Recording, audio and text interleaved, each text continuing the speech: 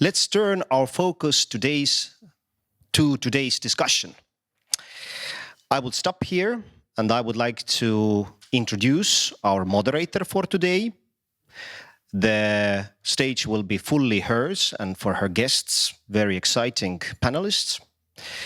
And this is Oksana Forestena, who is the curator of today's program. Oksana, thank you for guiding us through these important conversations. Please, the floor is yours.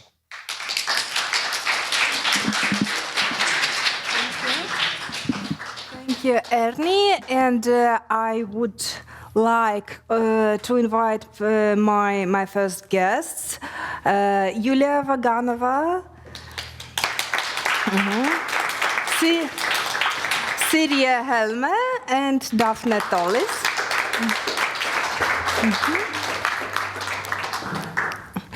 No, I have one.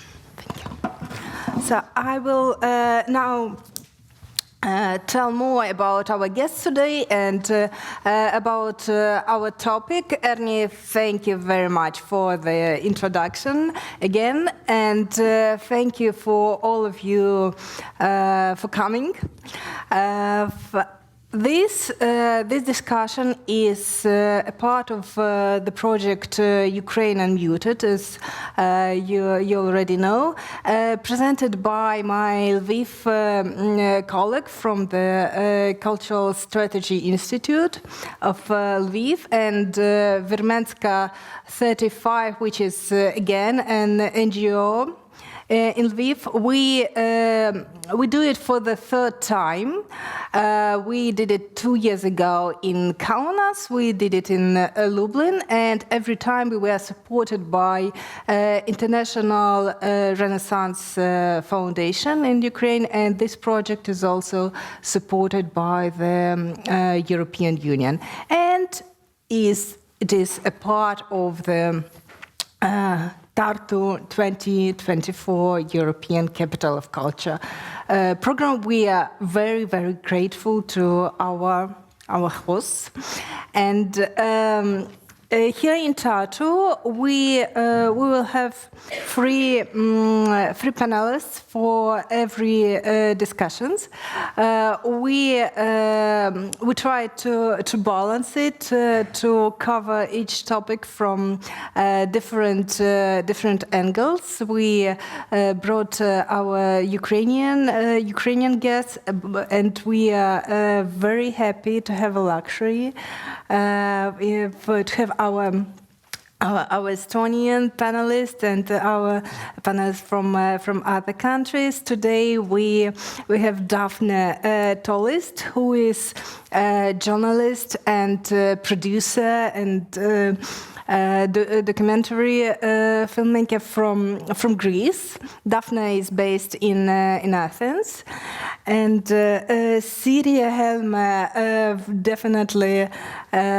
is definitely known in this audience. I feel it already, and well known in Estonia as far as I know.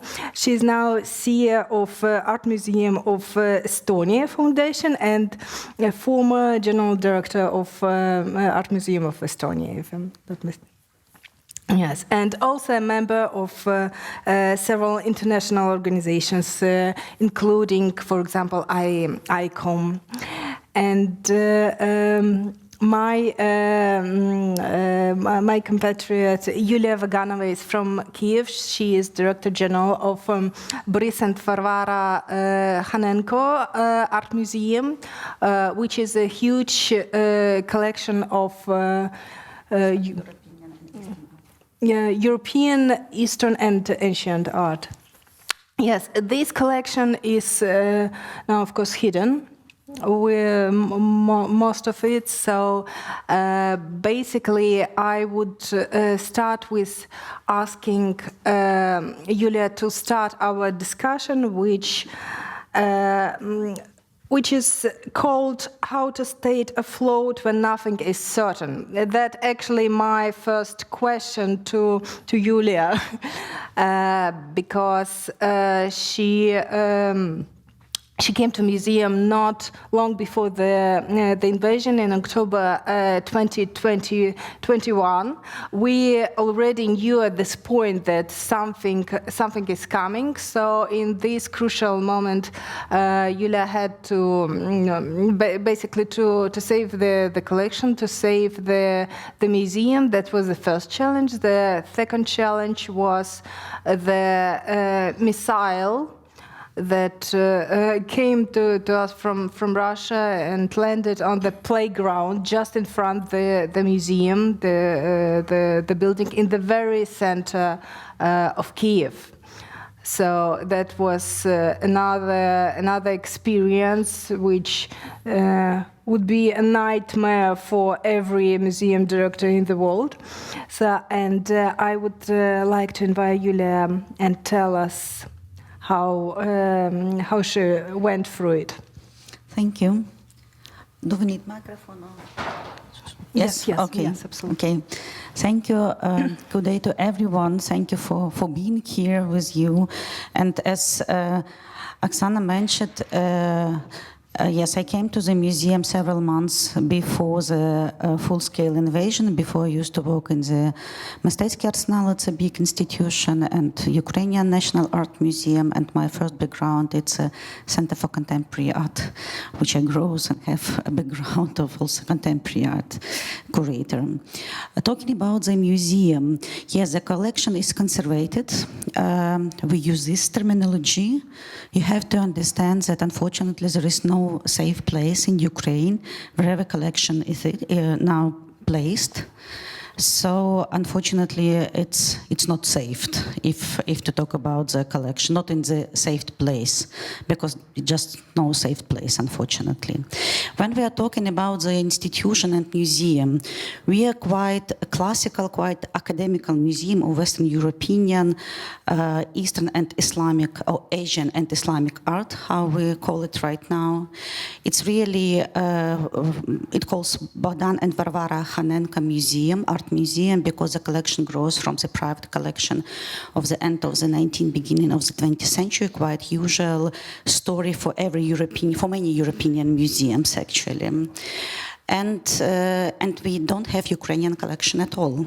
We have only this art, and our art is from Egypt time till the beginning of the 20th century. And now we have empty space, so we don't have collection on the walls at all. And for us, it's a main question, actually, how to deal with this situation. And we raise this question, how we could help to our society and what is institution during such a turbulence time. And we understood that we have to be open. So we opened in May 2022 again, and from this time, museum never closed its doors. And we are working with the different projects, with the contemporary artists, with the contemporary opera, with the musicians, with the private collectioners, because private collectioners could take risks on his own or her own on the collection. But what is important for us? For us it's important to raise question how to balance between erasing the memory of the space, because when you're going and walking through the empty museum, you start to forget what it used to be here before. And re-ownership the history of this institution through the emptiness. Sometimes I will make it, I will explain it. Sometimes, to be honest, it's easier to make this ownership through the empty space, because all the institutions in Ukraine more or less were built on the Soviet frame museum agenda. So museums were the political tool. In also Museum of Western European and Eastern Art, how it calls during the Soviet time, it also was a political institution. It was served for the certain messages for during the Soviet time, to be not critical, to be a place with the nice pictures, to be a place for the international delegations, and to be a place for celebrating a friendship between Soviet Union and particular country, like, I don't know, India or Hungary or whatever. We had friendship countries during the Soviet Union time. And now it's a question how we could actually to agree and to be honest to ourselves and to tell us that yes, we were actually political institution and serve Soviet agenda, and how to make this re-ownership and to find the new way how institution could work in these times. So this is a make balancing between re-ownership and not a law to erase memory. And this is the way how we're working, doing the different exhibition and all the time, and project all the time, try to find the connection with the history of the institution. I mean, the ground of the collection, how it was founded, what was the main mission of the private person who decided to make the great collection and to make a gift to the society of this collection.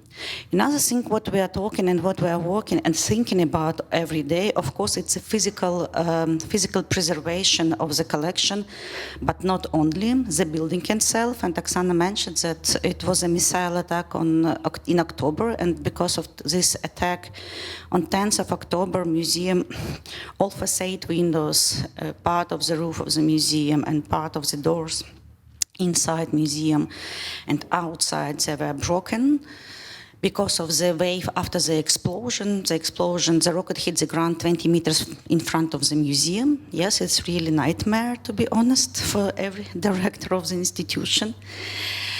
And how to save and preserve the collection and the building. Saving and preserving the collection and building means not only to hide it, because it's not possible sometimes, but also to save people who has a knowledge about the collection, about the heritage, and about the history. Because if we will not save the people, it will be just artifacts for the Kunstkammer. We just will have the history like I don't know, Maya civilization, when we know that it was a civilization, but we don't know exactly how to use it right now. So for us, it's very important to save people and to let people work, to have a dignity and feeling the dignity of the profession, of the researchers or people who are saving the artifacts. This is another issue which we are working on all the time.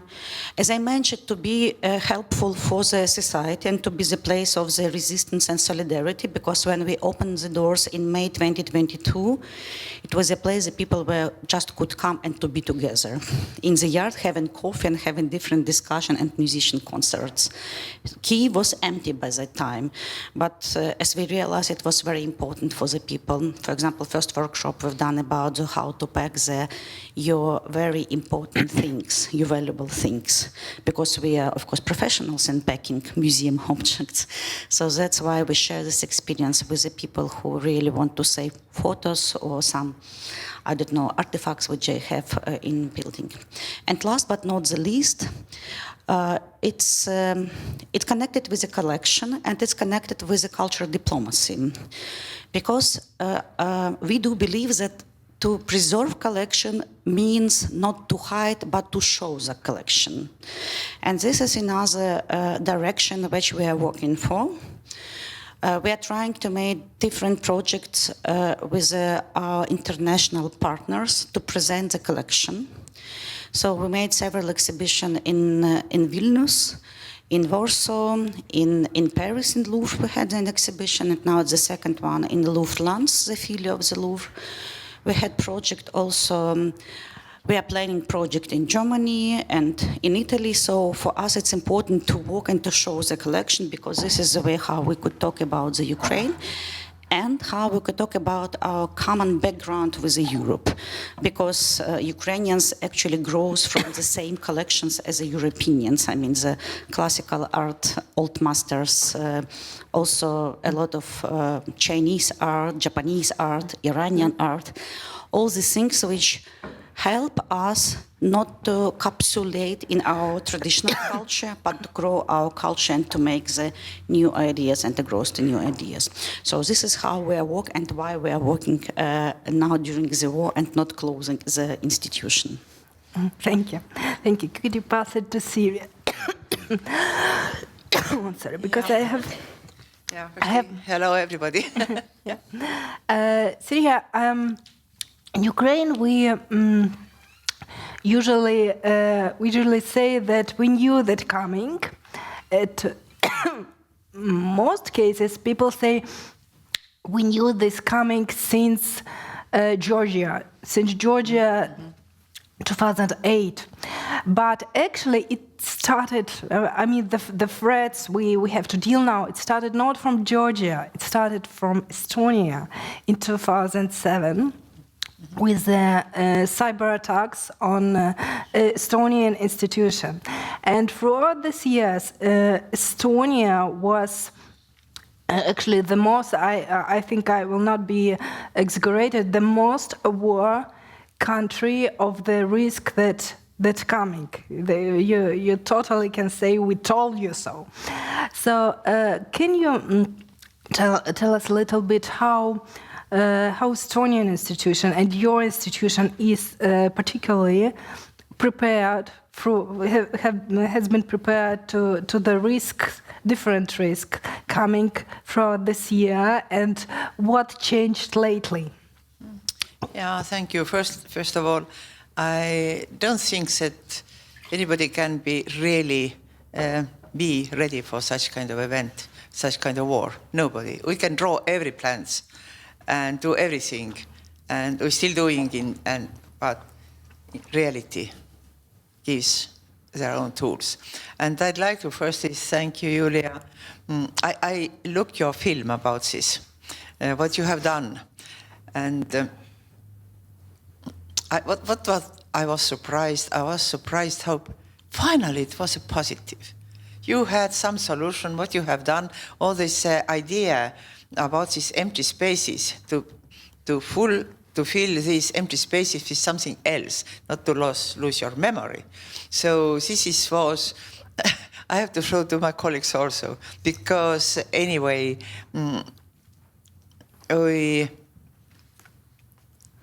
I would say that Estonians are not very emotionally good shape today because of all this, what is going on in the world. And I think, I can't say on the name of others, but museum workers, especially who are working in collections, they are very under stress, I would say. And we have our plans, indeed. We have worked already 2 years, sitting around the tables, drawing and training and etc., etc. And of course, we have the question what to do our material heritage. And also something, as you said, there is no place how to hide it in Estonia. It's just a tiny place in the world. And some things goes out, but anyway, 90% will stay in Estonia. And what happened with them? So at this point, the future is not so inviting, but maybe I also will reply to your question. But firstly, I would say that after this 2007, it has been already a long time ago. So anyways, in large scale, the picture in museum world is rather good. I make compliments to my colleagues from Estonian museums. Of course, we all have problems, finance problems, other problems, but basically, most of our museums are very, how to say, innovative, very professional, and very fastly kind of developing. And this happened, was it kind of, yeah, it was before the war. We counted visitors in our tiny country, more than 3 million visitors in museums. It's not bad at all. Of course, we can't compare with State or Pompidou Center, etc. But how many people actually live in Estonia? And of course, there was also tourists, but we can't remember that it was before war, was a COVID. So we survived the COVID. We hope very much together with Ukraine. We survive the war because we don't know what's happened tomorrow. But I believe everything what was said today here. There is, anyway, only way we can hope, and no other ways. So in museum and in Estonian culture, in a large scale, I think everything is okay. And just few words about our since today. In our museum, as I was presented as a museum director, I have been already 18 years. I started in 2006, just before this what happened in Tallinn, mostly in Tallinn, not in, I don't know anything about Tartu so much. It was in Tallinn, happened also. And it's the biggest art museum in Estonia. We have from medieval age up today, up to contemporary. We have 5 buildings. 2 of them are really old, from 14th and 18th century buildings, which belong to our foundation, because from 2016 we are foundation, which means that we actually working on the basis of like a business company. Which means that we have to give a balance between money and between our aim to build professional and reliable art museum. It's not easy, but anyway, it gives us a certain freedom and finance freedom. So I think the pluses is a bit more as a minuses, but it needs work. And we are working as a normal museum with partners and international relations. Everything is working, and but at the last year and after the 2006-7, which was not only a cyber attack, it was physical attack actually. It was. Nobody couldn't expect it, what will happen. It was a real riot in the middle of Tallinn. Shops were robbed, everything was, and even some really hurted people. This was, nobody could believe that something happens in our very quiet, small town, Tallinn. But after that, of course, we both know that we have a very unreliable partner, but we kind of forgot to think about it. But after that, of course, it's permanent. We just physically sometimes feel behind. And of course, after this 24th of February, which Estonians are celebrating Independence Day. And my family families are always together and celebrating. And in my family, I have grandsons in the age of 18, 17, basically on the same level, four grandsons. And then we were sitting after this announcement by TV, and then my oldest grandson were looking to the youngers and said, listen, he just came back from our defense forces. Yeah. And it's the most radical, as we are calling it, group, or I don't know, thinking for attacking, the first attack. And he said, yes, I'm the first, and then you will come. It was message, we all will maybe die. And it was, so we were all sitting, and I was thinking my nice dear grandson, and they were sitting like a small kids around the table and said, of course, we have to go. Anyway, it's now it's talking. It was incredible moment, and that's why I think many Estonians were thinking at the same moment, and that's why you're so much supporting Ukraine, because we know we are with you. There is nothing to say. We are the same situation. Have simply been lucky until now. Anyway, and what's the problem now? Problem with our culture is now that our economy is not a very good shape. I would say awful shape. And culture was, and several cuts, taxes are raising, but the biggest cuts are for culture, 13.5%. And already, it's the discussions already from the spring when started to the discussions about next year finance budget, state budget, and Estonians basically quite not very people ready for riots or something. We are not like a French people. So in any case into the streets and burn some cars and then it's okay. We are quite, quiet. But in last, I would say last 5 months, the debate about culture and the importance of culture is a very hot topic actually. And cultural people, including myself, we are trying to write articles, we are talking in our broadcasts, and the main question is, okay, cuts have been decided, we can't change it anymore, it's the state budget, but we are just wondering, what is the plan for the next years? What's the plan, and how the state is looking to the culture? But what's the role of culture? Do you understand what the culture is? And for us for me also personally, culture is a security problem. If we are losing something in our culture, if we are losing emotionally, then we are losing also in the war. There is no hope that if people don't believe anymore that our identity, our culture, our position here in this land is not important anymore, so why do we need a state at all? It was my question 2 weeks ago in broadcast. If you don't think that culture is important, then if you are just losing the, how to say, blood, Belleringe. Yeah, blood circulation, exactly. And the body, if state is body, and the body doesn't have any more blood circulation, we don't need this kind of state.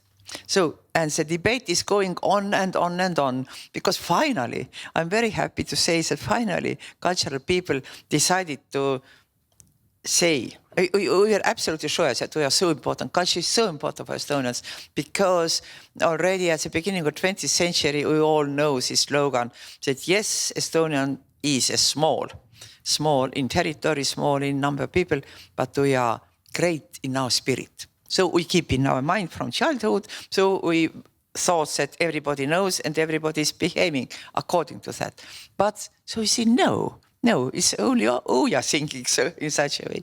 So anyway, it's a quite big movement already in the cultural situation now, and also, but we don't blame it. We are just looking for plan. If plan A is now, we're looking for plan B. We're looking for future, what to do, how to do, and of course. Now we have these two problems, our economy but of course this is small if you compare what comes out from outside. How it's international situation, political and of course security situation is going more problematic day by day. And that's why I should also did ask what we will do to be prepared. I don't even know how to prepare for such kind of things. I really don't prepare. As I said, we have different plans. We know that we have to send our most valuable heritage. Was it France, I think? But it's not said indeed, but somewhere far away. France is a big country. I don't know where.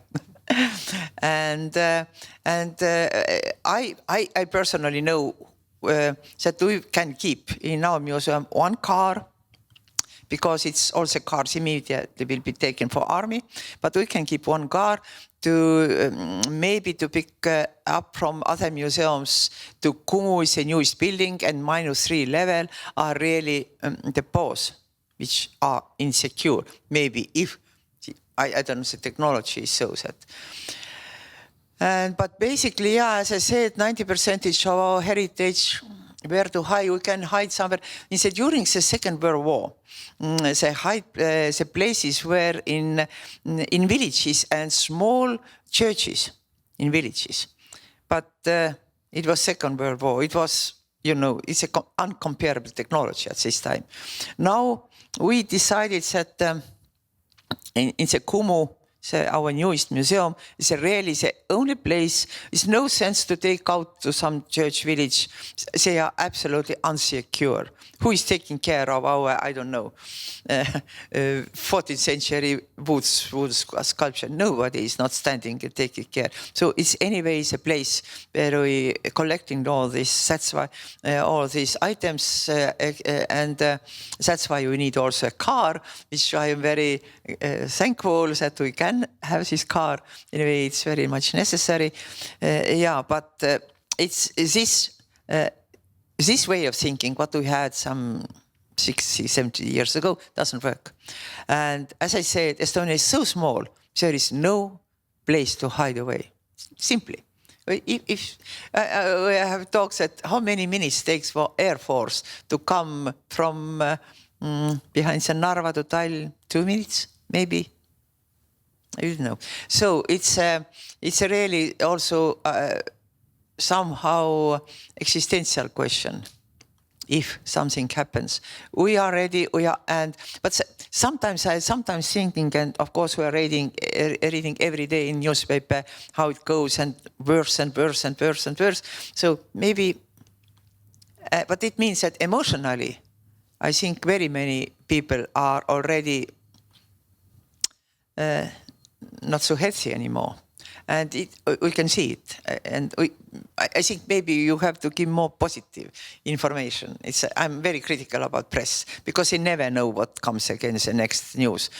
And that's why I think I have talked also with our Minister of Culture, and she's a nice lady and she knows everything. But what she can do? Nothing. She's alone in this. She's a part of government, which is a decision, is government decision. She's a part of government, that's all.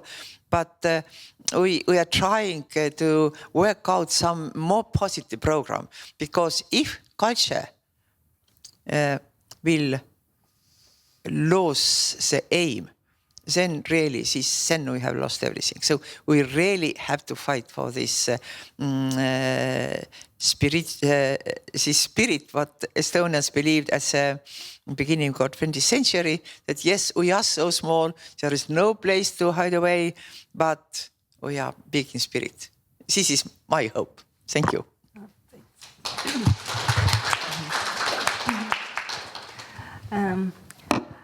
Daphne, you came from Greece, and you can tell us about other kind of risk, because we are very, very close to the Russian border here as we see it, and we mostly talk about the war risks, and Greece faced recently another kind of risk, even more unpredictable, I guess.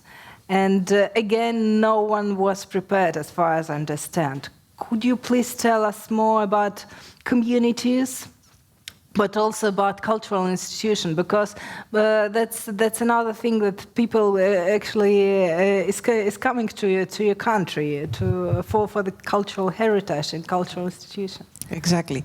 Thank you so much for inviting me here, and thank you for everyone that came here today.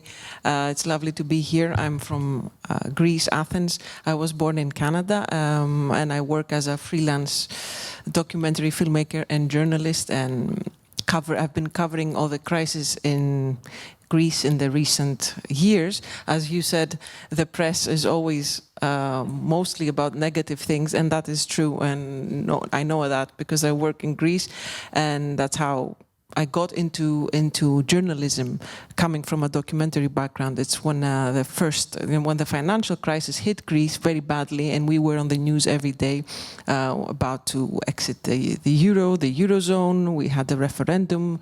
We had the term Grexit, which then, there was Brexit as well, but at the time Grexit was very popular.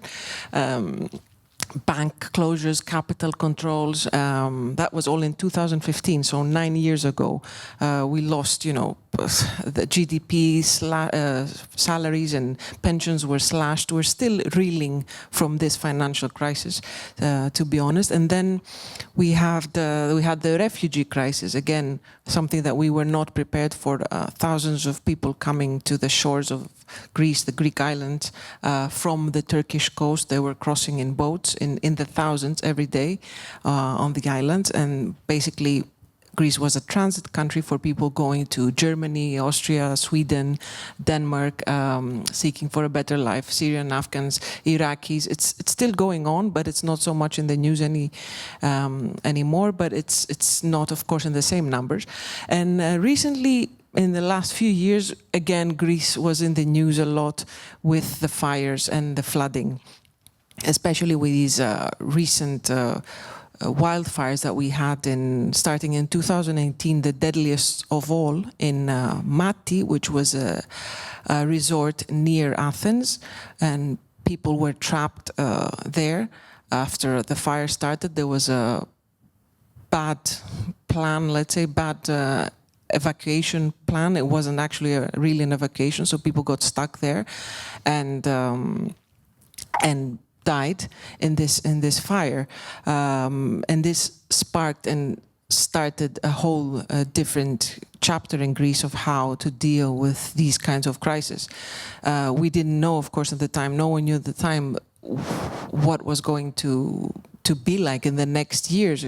You know, the climate change and how it was going to affect Greece and in what way, because we weren't. I mean, we were kind of used to having fires, yes, every year, but maybe not in this intensity and this frequency that we've seen the last, let's say, 4 years since 2000. Yeah, 4 years so far.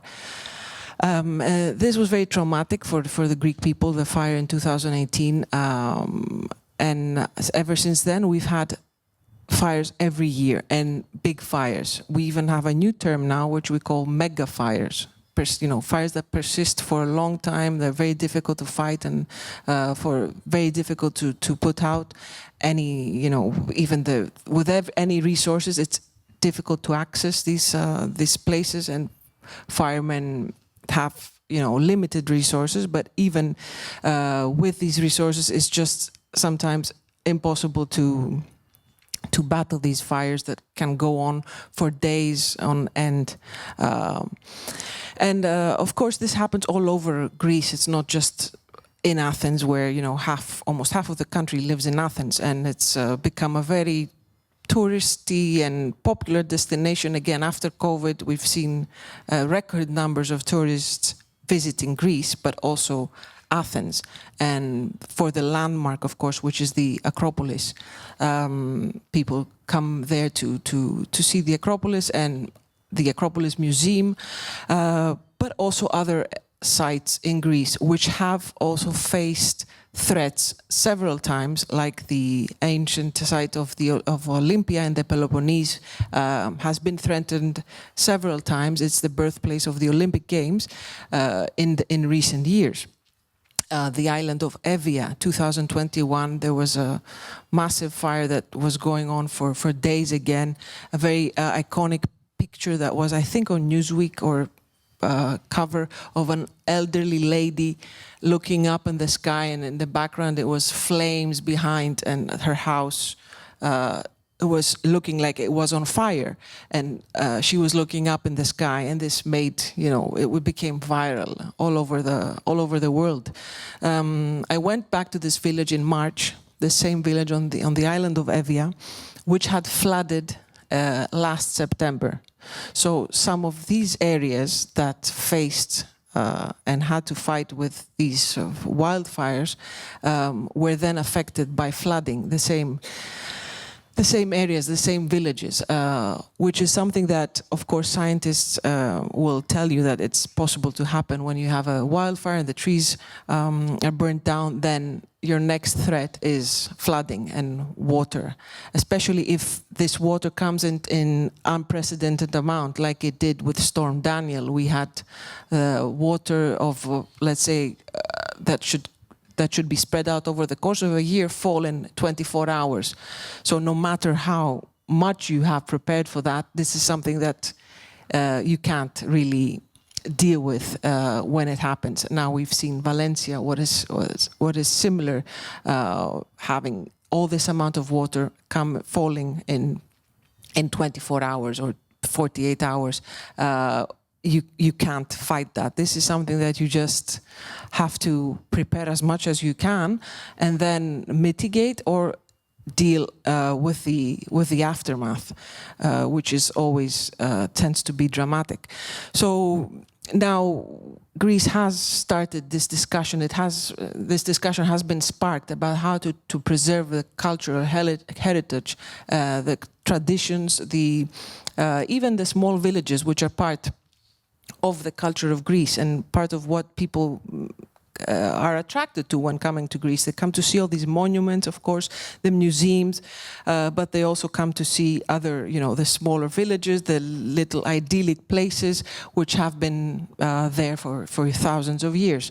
And now there is a real turn of trying to find ways to preserve and protect these ancient sites, these cultural institutions, these places across the country from the natural disasters, from the climate change, but also from human impact. So talks about how to preserve the Greek identity in these times of the escalating challenges that we see with climate, but also with tourism.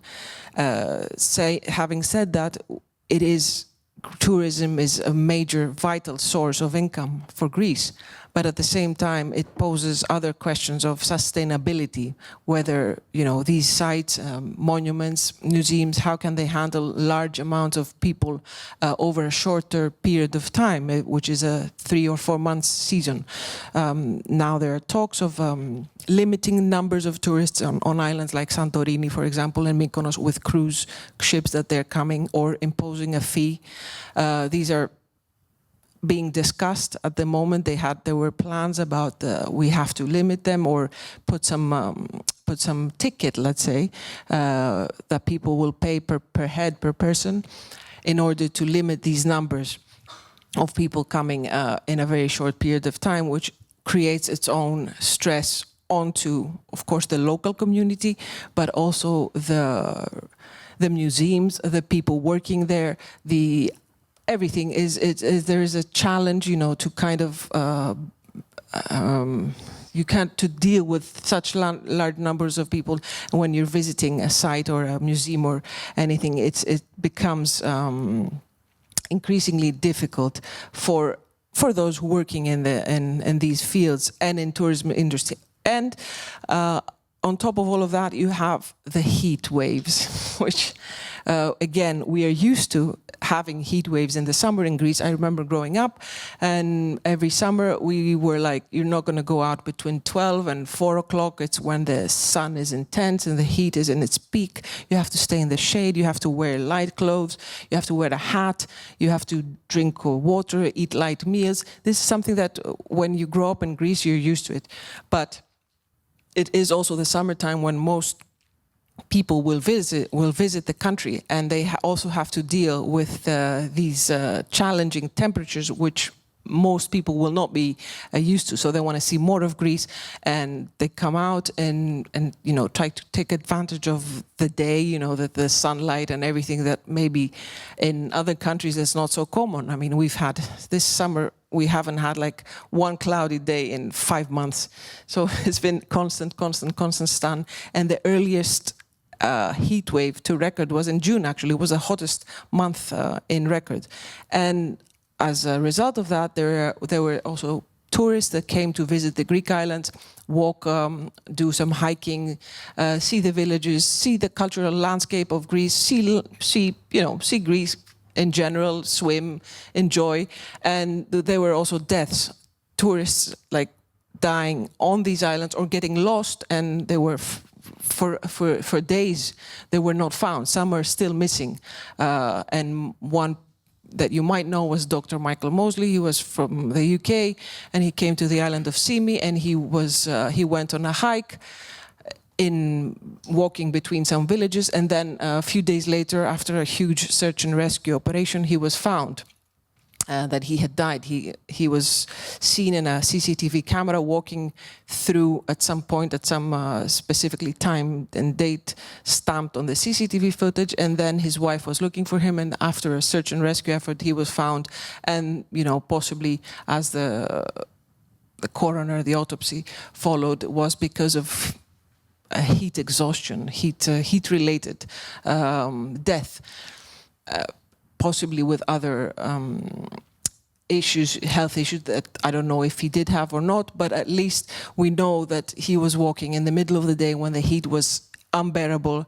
It was very humid as well. And he had just come. It was his first day in Greece.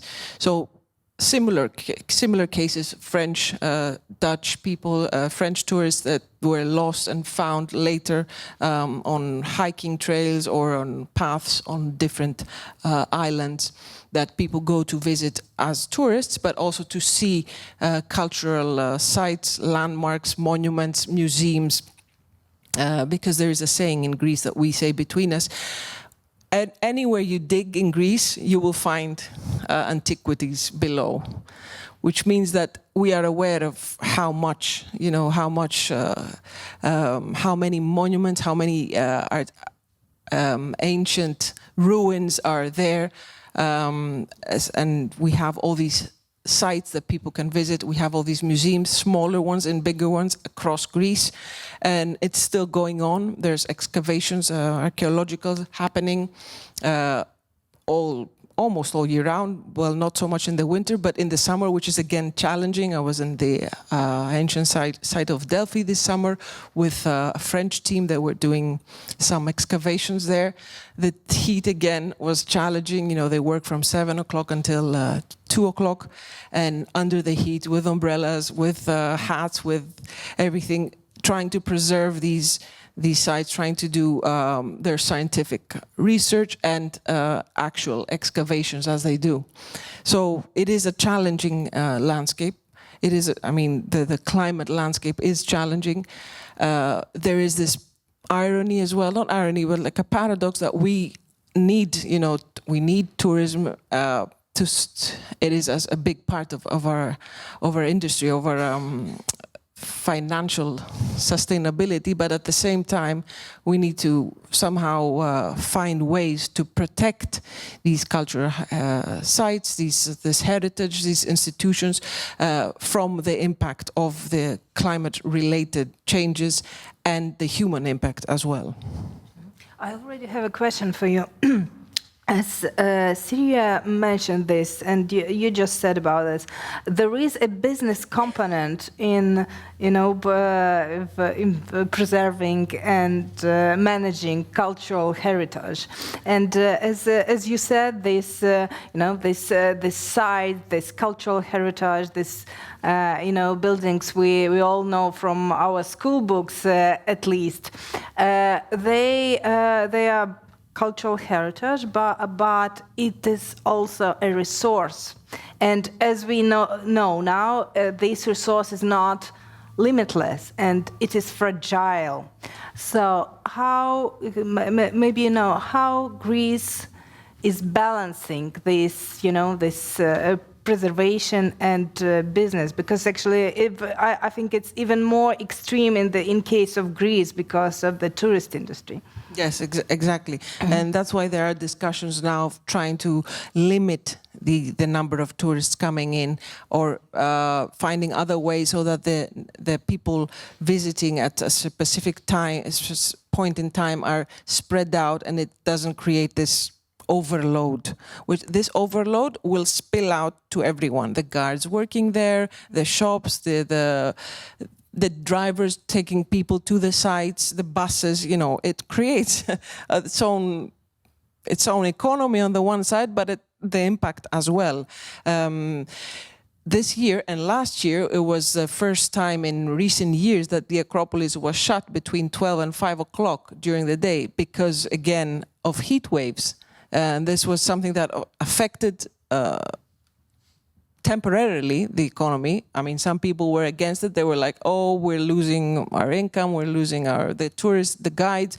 What is that? We're not here to babysit the tourists. They know how to deal them, themselves. They can wear a hat. They can take water." Others were like, "No, we have this responsibility of protecting people visitors who are not aware of how much the toll can be on this with the heat while you're climbing the Acropolis and sitting there in the sun and seeing everything and taking pictures, and you don't understand that sometimes you can be suffer from a heat stroke. It's something that the signs are, when the signs are there, it's too late. So now there are these discussions, which, of course, the business side will not want. The travel agents, the tourism industry will not want that, because it is, as I said, it's the number one source of financial income for the country right now is tourism. So many jobs around that. But there are these discussions of how to preserve it and how to make it maybe spread out over the year instead of focused on 4 months, which it was 2 months and now it's 4 months. It's again, but at the same time, we see that the heat and the heat waves that we were used to, they're also spread out in time and intensity. We had heat waves for a few days, but now we've had back-to-back heat waves for the whole course of the summer. So starting from early June until September, we've had temperatures over 37 degrees most of the days. That is a lot. And double that with dry conditions, lack of rain, humidity, it makes it really unbearable. And of course, the storage of the artifacts, the facilities, how to store them in these conditions. This is also something that is challenging, but resources are always kind of directed towards there, because we know it. The people working in museums, they know what the challenges are all the time with especially preserving these artifacts in these extreme conditions. To add something? I would like to small comment to what Siri you told. It's impossible to be prepared. You are right. You just cannot be prepared, because we went through the different protocols, recommendation of UNESCO, ICROM, and many other institutions how to be prepared before the crisis situation. When you are bombed, you are not prepared. It's impossible, and it means that you cannot save. And what is going on in Ukraine? It's just by Russia, it's just erasing evidence of our culture. That's why the culture is really the question of the national security. Because, and we're talking now a lot about it also in Ukraine, because once the evidence of your culture, of your nation erased, you are not exist. So that's it. You cannot prove your existence actually as a nation, as a culture, and so on. And it is impossible to save. It's only one way to be as much loud as possible, to make the voices of all the institutions. Maybe it's a little bit pathetical, but really all the institutions around the world very loud to stop and to prevent the wars and to prevent the aggression. There is no other ways. We cannot save. I mean, it's impossible. The only way is to stop the aggression and actually to prevent the aggression, because otherwise we will not the cultures will not survive. And when one could tell that museums are not political one, I know that it's Estonian, it's not such a message at all, but museums are political. And museum means a lot. And what is a museum and culture institution are talking about and how they raise the question, this is really very important for our today agenda.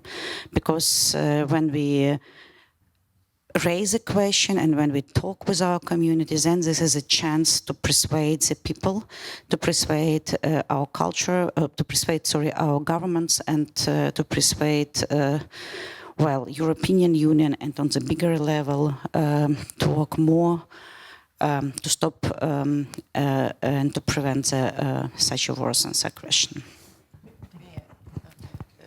Thank you, Yuri, very much, because exactly, raise a voice. This is so important to be seen, and especially for small cultures like ours is. But I just want to remind one absolutely positive moment.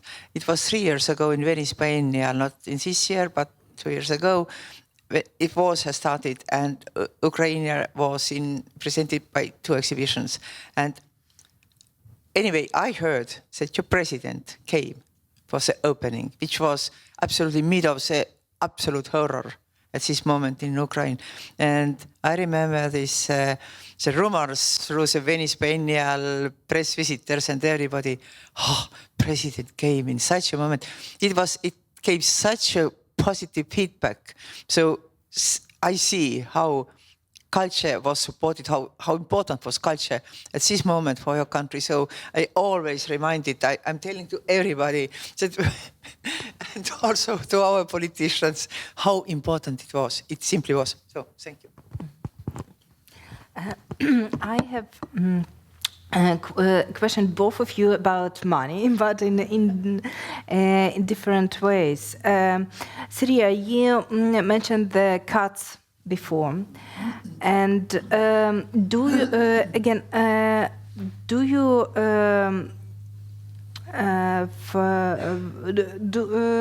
you deal with these cuts at the human capital issue?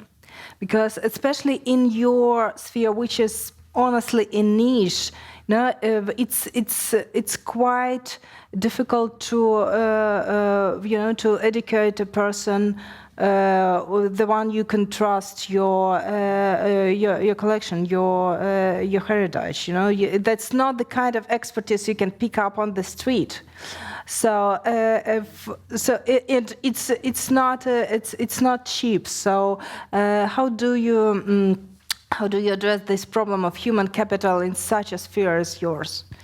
It's as I said, to be a foundation is pluses and minuses. Plus is that actually we are earning 50% money by ourselves. It's not 100,000, it's millions, which means that I am quite free and the loss 13% because this is what state is giving us, but it's giving only 50% for us. So it's not in numbers so big. And as we are responsible for our own income, which is we are working in our own income, so we are at least quite save our museum and other museums which are foundations too. But this is only one part. I'm talking on culture, and we agreed between ours. I know only one museum which actually is losing 1 or 2 places, but we definitely can't do it because we have the grown-up is so absolutely high-level professional community. I don't have anybody to send away, absolutely anybody. So at least by now, we have not even talked. I told at the first moment to my people, don't worry. The question is only that I am not sure can we raise salary in this year. Maybe, but let's see. Because inflation, at least that's a percentage of inflation, let me say some 4 or 5, which is for museums, again, around 1 million. No, if talking about everybody. But the question is, especially this private organization, which also have been a bit supported by state, and big, for example, big festivals, also our film, biggest, very internationally known film festival, Perth, and Yachts festivals, and they are suffering. And also these small, how to say, small theaters, small organizations, but where is our, how to say, I'm talking about, I'm leading big, and sorry to say, but in compare with some other organization, rich organization, and we can survive. But from where comes for this, but we need this root level cultural life. This is regional politics. This is security. Regional politics is security matter. And this is the question. It's not only about us. We are fine. We can live. But this, how to look the whole picture, the ornament, how it's growing up, this I'm very, very concerned. And this is a debate about now, not about institutions like ours. Even I very much believe that National Museum, Estonian National Museum in Tartu, I very much suggest you to go to see it. It's a very, very, very good museum, if you have not been yet. And also like Merit Museum is a quite rich organization. But exactly the regional politics, regional level, because the, how to say, the new blood comes from this level, not that we have already very good. So this is our concern, and this is a debate about not only some certain persons, but about the whole culture. What is your plan B? If we really have, I understand that the first level is now a question about our security and how to defend us, etc. We all understand it, but don't forget culture, which is, as you said, you have to be seen. If somebody knows us, not because we have some nice industries here, which say no Arvobert, maybe some names more, and this is why you have seen. Yulia, that's for Yulia. Yulia, you mentioned earlier that the task, the mission is to save people. In our Ukrainian case, to save physically, but also save them for the profession, for the industry. I don't know if it's the right word in this case. I can imagine how it works more or less in humanities. It's for Ukrainian academics. They can go abroad. They can teach in the universities in Western Europe or in United States where it's safe, and it's even kind of beneficial for all of us. But I feel that museum is different. So how to save people for Ukrainian museums? Well, I don't know. I'm very honest. I could comment some strategies or some I don't know, maybe strategies of how people are dealing.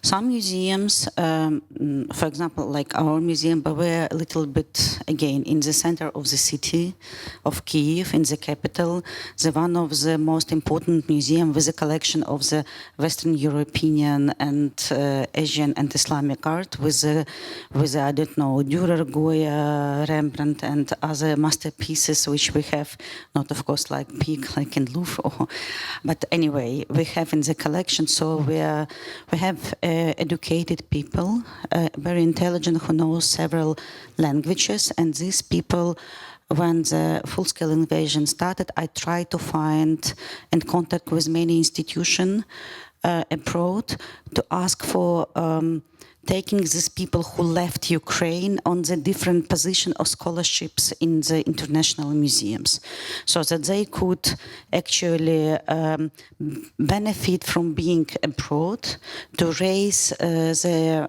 professional level and then come back with this actually experience. It did happen because some people came back, and it's great because they got a new experience and they will share with the other people. But this is quite unique situation with the big museums where researchers speak foreign languages. The smaller museum, it's a tragedy now, to be honest, because people cut the salaries, because some regions doesn't have money for paying, and sometimes it's really the question to survive for the, especially on the front line cities and villages, it's a question for survive and to evacuate people. And as in the beginning of the full-scale invasion, sometimes it repeats right now when the Russian troops goes in this speed. Unfortunately, nobody cares. It's difficult to care about the culture and evacuation of the, and to give the job for the people who are working in the museum. This is a pessimistic part of the story, but it's true. We have to understand that part of the people will not be in the profession, unfortunately. But there is another story also, which gives us optimistic, because otherwise, I don't know, we'll just die. It's a communication and support between the institutions in Ukraine. For example, bigger museums started to help smaller museums because bigger museum has knowledge how to involve grants, how to involve funding from the international foundations, how to operate with the money from the foreign foundation to help the small museums. And this job usually taken by the bigger museum. So they just help smaller museum and try to be such a, not mentor, but really like a office for us, like offices for the smaller museum, and help them. So this is one thing. Another thing, there's part of the museum which evacuated from the front line. They're sometimes based in other cities. Sometimes the collection based in other cities, and some staff from the museum, which used to be, for example, in Luhansk and Donetsk region, or on the Mariupol, Melitopol, so sometimes they start to work in other institutions in the center of Ukraine or in the west of Ukraine. I think that our colleagues from Lviv actually could tell the excellent story about the one of the museum from the Luhansk region when it was just relocated and run all the activity, not all the activity, but again run the activity with another museum in Lviv. So there are several such a story with Khmelnytsky, for example. So the people are not lost, and people find themselves in other institutions. But unfortunately, we don't have a lot of such positive stories. The main problem, unfortunately, it's back to our past, when the museum directors were oppressed a lot, pushed by the regional authorities, when the salary was very low, and that's why nobody wants to work in a small museum. And there are few people who are professionals there, but a lot of people, unfortunately, unprofessional. And it was done during all the Soviet time to make these museums silent and not subjective, and didn't to feel the subjectivity. And that's why sometimes teams and director of the institution, unfortunately, just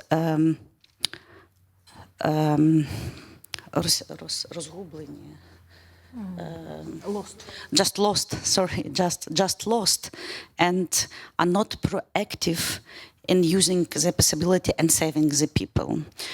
But I do believe that the most active will survive, and the more active will be actually this force and giving this energy to rerun and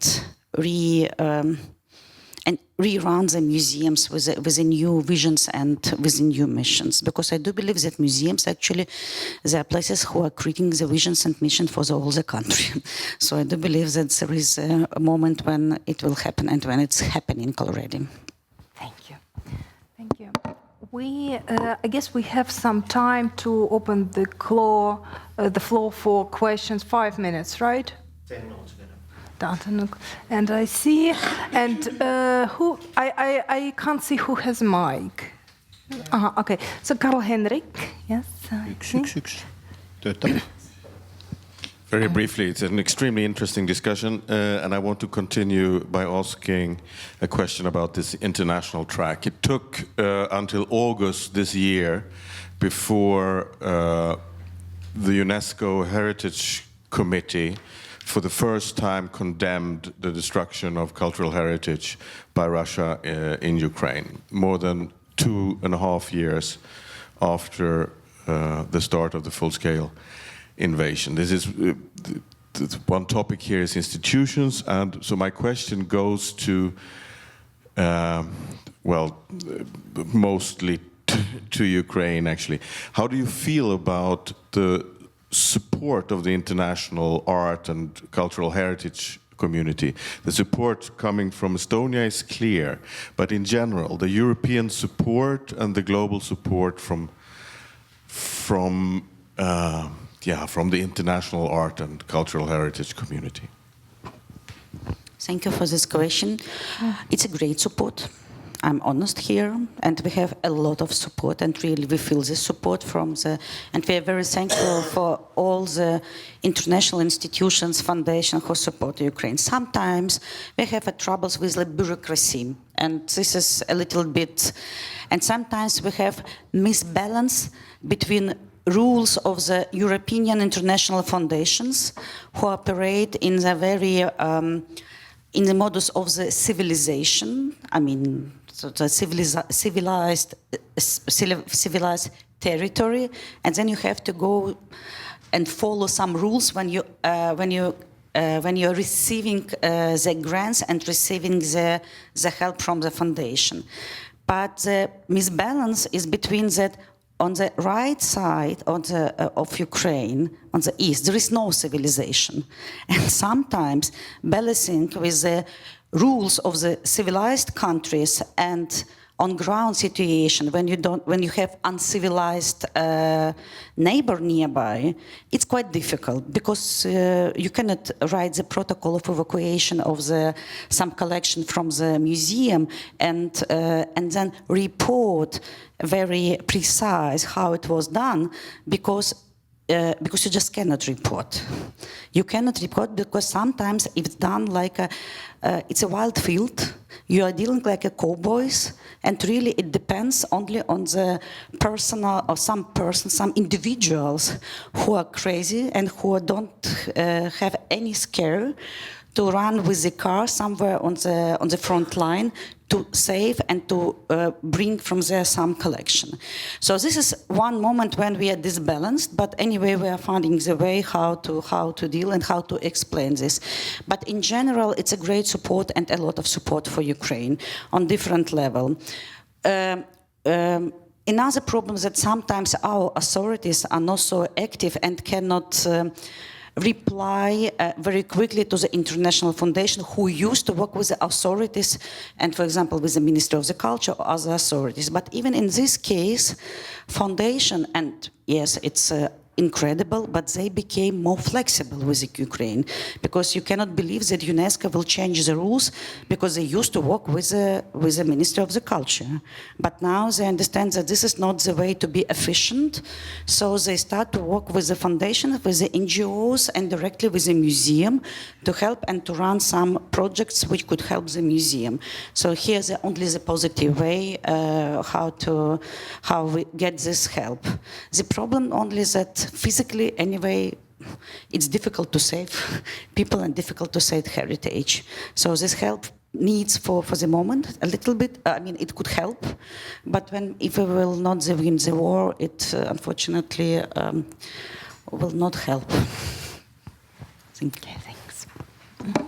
I have another question. My name is Alina. I'm Ukrainian and I'm from Kyiv. And your Museum of Hanenki has a very special place in my heart. I used to study just across the park for it and going there very often. And knowing that the rooms are now empty there, it also something that's creates this empty space in my heart too. And you mentioned that you feel that the memory about the museum fades away while the halls remain empty. And from my part, I would like to assure you that the memory about the museum, the collection, and the textures of the walls and of the events, they remain in our memory, and in my memory in particular, thousands of kilometers away. So it exists. Thank you. And as I would represent the community of Ukrainians in Tartu, we have the organization, the grassroots organization Ukraina Maya for culture here. And we Ukrainians in Tartu have like quite a strong community in the spirit, as all the Ukrainians are.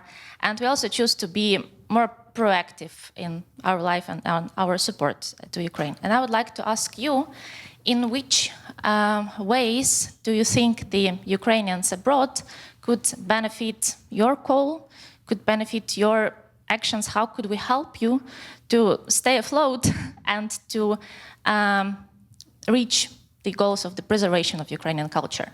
Those Ukrainians who are not museum experts, specialists, just people who were forced to be away from home. I will be very short. First of all, thank you very much for this comment that it's not erasing the memories, that it stay in your heart, and it's with you.